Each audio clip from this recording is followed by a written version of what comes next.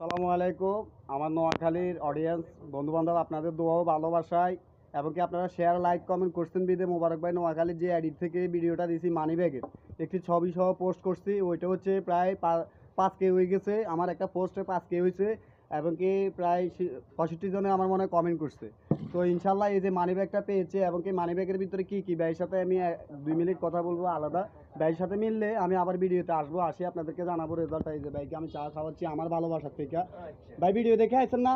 জি একটু দর্শকের বলেন ভিডিও দেখে আসছেন। জি, অনেকে আমি তো বলবে ভিডিও দেখে আইছি।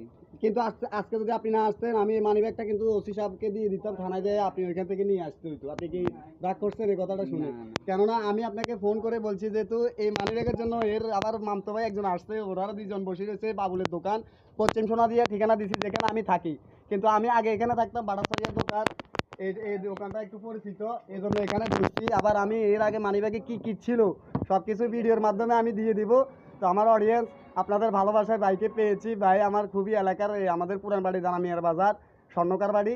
তো ওই বাড়ির যখন ওই এলাকার পরিচয় দিয়েছে কজি ভাইয়া এই মানি ব্যাগ জান যাবে, কেউ আমার থেকে নিতে পারবে না আপনি ছাড়া, আপনি আসতে হবে। অসুস্থ একজনের পা নাই, পা অসুস্থ রবি ভাই আমাদের পশ্চিম সোনা দিয়ে কয় হে অসুস্থ। আমি কি অসুস্থ হলে এই কিছুক্ষণ আগে আমার বন্ধু একটা সামনে আমি দোকানে চা খাইতে আসছি,